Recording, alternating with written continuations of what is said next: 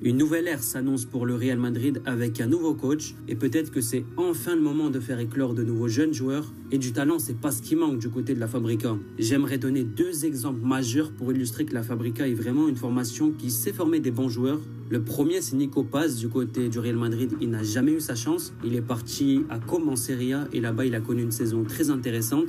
Le deuxième, c'est bien sûr Raúl Asensio qui s'est imposé cette année par des concours de circonstances. Il a montré qu'il avait vraiment le niveau pour s'imposer sur la longue durée au Real Madrid. Tout ça pour dire que si le Real veut faire confiance à des jeunes, ce n'est pas la qualité qui manque. Ce qu'il faut, c'est un coach qui fait confiance à cette jeunesse. Et peut-être que Xabi Alonso, c'est l'entraîneur idéal. Donc aujourd'hui, je me suis prêté au jeu de vous présenter 6 joueurs de la Fabrica, les meilleurs talents qui ont le plus gros potentiel et qui pourraient dès l'année prochaine gratter des minutes avec les pros.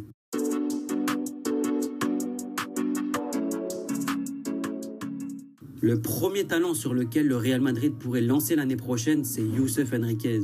Alors lui, c'est un latéral gauche de 20 ans qui joue avec la Castilla cette année. Et pour parler directement statistiques, c'est plutôt intéressant parce qu'il a joué 35 matchs, il a réussi à marquer un but et surtout, il a délivré 4 passes décisives. Et vous allez le voir après dans son profil, c'est vraiment un joueur qui peut se montrer décisif par sa qualité de passe. Alors lui, il n'est pas vraiment méconnu au bataillon chez les pros parce qu'il a déjà fait pas mal d'entraînements. Il a même déjà fait des groupes, que ce soit en Liga et même lors de la Coupe internationale de la FIFA. Il était présent lors de la victoire du Real Madrid. Bien sûr, il n'a pas encore eu l'occasion de goûter à ses premières minutes pour l'instant, mais c'est vraiment un joueur sur lequel le Real Madrid compte pour le futur parce que c'est le joueur de la Castilla qui a le plus long contrat, jusqu'en 2028. Et ça montre que le club a vraiment confiance en lui pour le futur. Et en plus de ça, il y a un petit détail qui pourrait tourner à son avantage, c'est que Xabi Alonso l'a déjà coaché dans sa jeunesse, donc on pourrait s'imaginer qu'il pourrait lui donner sa chance l'année prochaine. Alors maintenant, pour parler de qu'est-ce qu'il donne sur le terrain et pour parler de son profil tout simplement, Youssouf Henriquez est un latéral gauche et c'est un joueur qui est plutôt complet. La première qualité qui ressort chez lui quand on le voit jouer, c'est vraiment sa qualité de centre. C'est typiquement un latéral de débordement qui a vraiment un apport offensif très conséquent. Il est capable de mettre des super ballons dans la surface de réparation. C'est vraiment une menace quand il y a suffisamment de temps et d'espace parce que les ballons qu'il est capable de donner avec sa magnifique patte gauche, c'est vraiment à chaque fois très dangereux pour l'équipe adverse. C'est d'ailleurs comme ça qu'il délivre toutes ses passes décisives des centres dans la surface de réparation pour mettre dans les meilleures conditions ses partenaires. Et sur le plan défensif, c'est aussi un joueur qui fait plutôt bien son travail. Bon, ce n'est pas une bête, il n'est pas impressionnant physiquement. Ce n'est pas non plus un joueur qui est le plus fort dans les duels, mais il fait quand même bien son travail dans les duels au sol notamment. C'est un joueur qui défend globalement intelligemment et proprement. Maintenant, pour parler d'un petit défaut qu'on peut remarquer quand on le voit jouer, c'est un joueur qui, quand il y a beaucoup d'intensité du pressing qui vient sur lui, c'est le genre de moment où il peut avoir pas mal de déchets. Il perd un peu ses moyens, il prend sa décision trop lentement, ce qui lui fait perdre des ballons face au pressing de l'adversaire. Mais au final, pour moi, c'est un latéral qui est assez complet, qui a vraiment du potentiel pour le futur et qui a le niveau pour avoir sa chance dès l'année prochaine. Et un autre talent que le Real Madrid pourrait faire décoller l'an prochain, c'est Victor Muñoz. Lui, en cette fin de saison, c'est un joueur qui a été sous les feux des projecteurs, notamment lors de sa première apparition contre le FC Barcelone, directement premier match Classico. Malheureusement, il est rentré en jeu, mais on ne peut pas dire que ça a été le match rêvé pour une première apparition, parce qu'on pourrait même dire que ça a tourné au cauchemar pour lui. Il a eu une grosse opportunité de marquer, mais il a totalement raté sa frappe. Et ça a terni un petit peu son image et son début de carrière avec le maillot des Merengues. Ensuite, il a enchaîné un deuxième match contre le FC Séville en Liga. Tout ça pour dire que c'est un joueur qui, en cette fin de saison, il a été dans les petits papiers du staff des pros. Maintenant, il a 21 ans, c'est l'année prochaine ou jamais qu'on pourrait le voir avec les pros du Real. Maintenant, j'aimerais qu'on parle de sa saison avec la Castilla. Et là, il a été tout simplement l'un des meilleurs joueurs de l'équipe. Il a été incroyable. Son poste, à la base, c'est un ailier. Mais comme le système de jeu du Real chez l'équipe B, c'est 2 attaquants, et bien dans cette position un peu plus axiale, avec son profil athlétique, physique, ultra rapide, c'est un joueur qui a fait beaucoup de dégâts dans la 3e division espagnole. Et ça, c'est notamment grâce à ses qualités de vitesse. C'est un joueur qui va à 2000 à l'heure, c'est quasiment impossible de l'arrêter pour les adversaires. C'est vraiment un joueur incontrôlable, surtout quand il y a beaucoup d'espace. Il déclenche sa vitesse, il met 2-3 joueurs dans le vent, il pousse le ballon, il accélère, et c'est terminé, c'est comme ça qu'il fait la différence. Et pour une équipe qui cherche un dynamiteur des attaques, un joueur qui rentre, qui met le feu dans une défense, Victor Muñoz, c'est typiquement ce genre de profil. Mais même pour une équipe qui veut avoir le ballon et imposer une domination dans le camp adverse, Victor Muñoz est aussi adapté parce que c'est un joueur qui peut faire la différence dans les petits espaces. Franchement, c'est un joueur qui est trop compliqué à arrêter pour les défenseurs. Ce qui fait que c'est un joueur qui peut faire la différence dans n'importe quelle situation. Maintenant, j'aimerais qu'on aille voir ses statistiques. Et là, c'est un peu paradoxal parce qu'en 34 matchs, il a réussi à marquer 11 buts et délivrer 7 passes décisives. Là, comme ça, à première vue, ça peut sembler de bonnes stats. Et factuellement, ce sont de bonnes stats. Mais moi, j'ai 2-3 trucs à lui reprocher parce que c'est un joueur qui se crée énormément d'occasions du fait de son activité. Il est toujours dans la demande du ballon. Il est capable de se créer plein d'occasions par match. Et clairement, s'il était un peu plus à l'aise devant le but, il aurait pu carrément tripler ses stats. Et d'ailleurs, son occasion ratée contre le FC Barcelone, ça montre que face au gardien, dans les face-à-face, il a vraiment du mal à garder son sang-froid, ce qui fait qu'il est trop souvent maladroit. Et même avec la Castilla, c'est pareil, il a beaucoup de mal à la finition et c'est l'un de ses plus gros défauts à l'instant T. Mais si on met de côté ce défaut, vous avez un ailier moderne, rapide, ultra efficace dans les attaques rapides et un véritable feu follet sur son côté. Alors maintenant, la grosse question, est-ce qu'il va rester au Real Madrid et se faire une place? Pour l'instant, vu la concurrence, ça semble très compliqué, mais pour moi, c'est un joueur qui va rapidement exploser chez les pros, même si ce n'est pas au Real. On enchaîne avec le troisième joueur qui pourrait avoir son mot à dire et intégrer la rotation du Real dès l'année prochaine, c'est Diego Aguado. Lui, c'est un joueur qui vient tout droit de la génération 2007, il a à peine 18 ans. Et ce qui est intéressant, c'est qu'il a déjà eu l'occasion de faire une apparition avec les pros cette saison, notamment en Coupe du Roi. Il a joué tout le match et franchement, pour une première apparition chez les pros, il a sorti une très très belle prestation. Ensuite, il est retourné avec la Castilla et les U19 et il a continué à montrer toutes ses qualités. Alors Diego Aguado, c'est un défenseur qui sur le plan technique est tout simplement incroyable. C'est surtout ça ses qualités, il respire le football.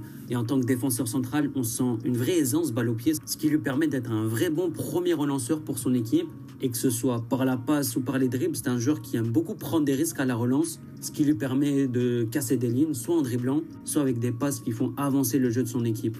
Maintenant, sur le plan défensif, parce que ça reste un défenseur et il est avant tout là pour défendre. Et là aussi, il est très intéressant, même si à mon sens, ce n'est pas encore parfait. Mais ce qui ressort dans son profil, c'est surtout son intelligence de jeu, que ce soit le placement, l'anticipation, la lecture du jeu. Il arrive souvent avec un temps d'avance. Ce n'est pas forcément un joueur qui est un monstre sur le plan physique, ce n'est pas le genre de joueur qui va faire peur de par sa force dans les duels, mais il est quand même capable de faire de belles interventions défensives. En gros, Diego Aguado, c'est un défenseur moderne, un très très bon relanceur. Moi, j'irais même à dire qu'il est élégant avec une vraie qualité technique. Bon, c'est sûr qu'il n'est peut-être pas encore mature sur le plan physique pour s'imposer maintenant chez les pros, mais vu son talent, son potentiel et même sa personnalité sur le terrain, je pense que c'est un profil qui peut totalement plaire à Xabi Alonso. Le quatrième talent qui aura clairement son mot à dire pour intégrer l'équipe première du Real lors de la prochaine saison, c'est Joan Martinez. Lui aussi, c'est un joueur de la génération 2007 comme Diego Aguado, mais lui, il est littéralement considéré comme l'un des plus gros talents à son poste dans le monde. Malheureusement, au début de saison, il était censé intégrer plus ou moins l'équipe première du Real, mais il a connu l'une des pires blessures pour un footballeur, une rupture des ligaments croisés qui a tout simplement cassé sa saison. Mais là, il est de retour sur les terrains depuis quelques semaines et il pourrait même reprendre rapidement avec l'équipe première. Donc, ce jeune de 17 ans, c'est un défenseur central, vous l'avez compris. Et lorsqu'on sait qu'au Real, la position où il forme le plus de talent, c'est bien celle des défenseurs centraux. Et on pourrait se dire que le prochain sur la liste, ça sera Joan Martinez. Et en plus de ça, il a des qualités super intéressantes. Déjà, il est grand, il fait 1m90, ça c'est la base pour un défenseur central. Mais ce n'est pas non plus le défenseur qui est le plus costaud, il n'a pas une force physique ou une puissance exceptionnelle. Mais ça reste quand même un joueur qui défend très bien, notamment grâce à son engagement et son agressivité défensive. C'est un joueur qui va au combat, qui n'hésite pas à mettre beaucoup d'intensité, de hargne et de combativité. Donc ce qui fait que ce soit dans les duels aériens, c'est un patron, mais aussi dans les duels au sol, c'est un super tacleur. Quand il va tacler, c'est un joueur qui va jeter au bon moment pour empêcher l'attaquant de passer. Et ça, c'est vraiment l'une de ses marques de fabrique, les tacles. C'est aussi un défenseur qui a une attitude et un comportement défensif très intéressant. C'est-à-dire que c'est le genre de joueur qui est proactif dans sa manière de défendre. Il défend en avançant et il empêche l'adversaire de se retourner. Et ça, pour une équipe comme celle de Xabi Alonso, qui adore ce genre de défenseur, Joan Martinez remplit déjà un très bon critère. Donc pour résumer, Joan Martinez est un vrai défenseur, à la fois intelligent et costaud dans les duels. Et en plus de ça, on n'a même pas parlé de sa palette technique qui est très intéressante dans ses relances. Bon, on va pas raconter des salades, ce n'est pas encore le plus grand relanceur du monde, ce n'est pas un Virgil van Dijk. Mais je trouve que ça va, il est plutôt bon pour casser des lignes et faire avancer le jeu de son équipe. Donc pour moi, Joan Martinez, à 17 ans, il aura clairement son mot à dire dès la saison prochaine pour intégrer la rotation du Real. Et sans doute à terme, il va s'imposer comme le futur central du Real Madrid. Pour le cinquième joueur, et qui lui, je pense, aura vraiment son mot à dire dès l'année prochaine avec le Real Madrid, c'est Chema Andrés. Alors lui, il est un peu plus âgé que les autres car il a 20 ans et c'est un joueur qui a déjà plutôt une bonne expérience, notamment avec la sélection espagnole, il a remporté l'Euro 19 l'été passé. Et cette année, il s'impose comme un vrai pilier du côté de la Castilla. Il a joué quasiment tous les matchs, il a été très intéressant. Il a même eu l'occasion de faire 2 apparitions en Liga et aussi une apparition en Coupe du Roi. Donc clairement, c'est un jeune du Real qui monte en puissance et dès l'année prochaine, on pourrait sérieusement le voir intégrer la rotation du Real Madrid. D'autant plus que lui aussi, c'est un jeune qui a eu la chance d'être coaché par un certain Xabi Alonso dans sa jeunesse. Et vu qu'il vient d'arriver, le coach espagnol, on peut imaginer que cette relation pourrait jouer à son avantage l'année prochaine. Alors Chema Andrés, en plus, c'est un milieu de terrain défensif qui a un profil très intéressant. Et son profil, c'est celui d'un pivot. En gros, pivot, c'est quoi? C'est un milieu de terrain qui est le cœur d'une équipe, une équipe de possession qui cherche à avoir le ballon. Eh bien, elle a besoin d'un milieu de terrain défensif qui est là pour équilibrer toute l'équipe. Et Chema Andrés, c'est typiquement ce type de profil. C'est un type à la Sergio Busquets et beaucoup de similitudes avec Rodri. C'est vraiment flagrant chez lui. Déjà, il y a le style vestimentaire avec le maillot qu'il met dans le short. Mais ça, c'est qu'un petit détail. Ce qui est vraiment marquant, c'est dans sa manière de jouer. On peut voir beaucoup de similitudes avec le Ballon d'Or, notamment dans sa fiabilité technique. C'est un joueur qui a un énorme pourcentage de passes réussies.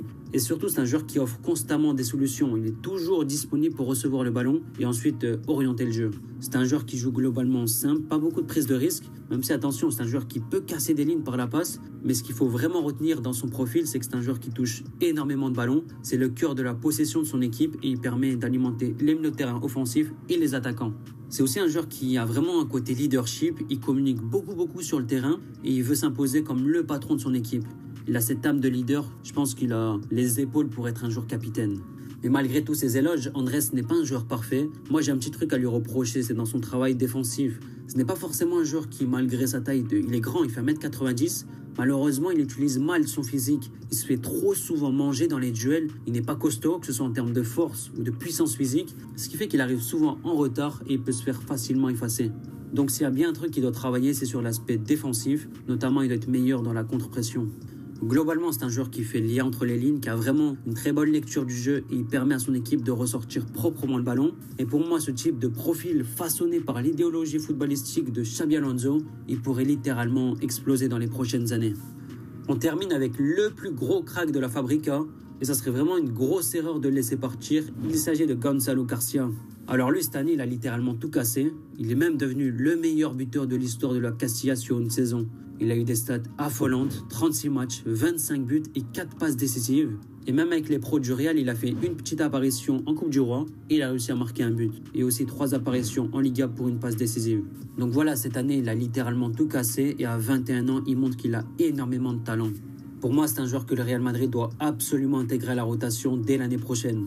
Et en plus, Gonzalo Garcia, il a un profil assez intéressant. C'est un avant-centre, même s'il peut également jouer en tant qu'ailier. Mais globalement, c'est plus un joueur qui est bon en tant que numéro 9. Les qualités principales qu'il a, c'est déjà de la mobilité dans les phases de possession. C'est un joueur qui se connecte beaucoup dans le jeu, qui aime beaucoup les relations techniques, les décrochages. Ce qui fait qu'on peut le voir dans toutes les zones du terrain. Il a énormément de liberté, il peut décrocher dans l'axe, venir demander le ballon dans les pieds, venir sur le côté. C'est vraiment un joueur qui peut apporter beaucoup de solutions dans les premières phases de relance. Et là, on peut carrément le comparer à un certain Karim Benzema dans les phases de possession, c'est-à-dire ce rôle de faux numéro 9 pour venir demander le ballon dans les pieds et se connecter dans le jeu. Ensuite, on va bien sûr parler de sa qualité de finition parce que Gonzalo Garcia, il a réussi à marquer plus de 25 buts cette année. Et ça veut bien dire. Ce que ça veut dire, c'est que en termes de finition, Gonzalo Garcia est un joueur qui est vraiment adroit. Il a vraiment cet instinct de finisseur. Et là, on peut parler de plusieurs choses, notamment j'aimerais parler de son jeu de tête. Pour moi, c'est sa plus grosse qualité à la finition.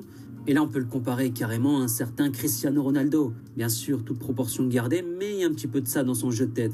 Parce qu'au niveau de sa détente, son timing, c'est un joueur qui allie à la fois la précision, le jump, la puissance, ce qui lui permet d'être ultra dangereux dans les centres qui arrivent dans la surface de réparation.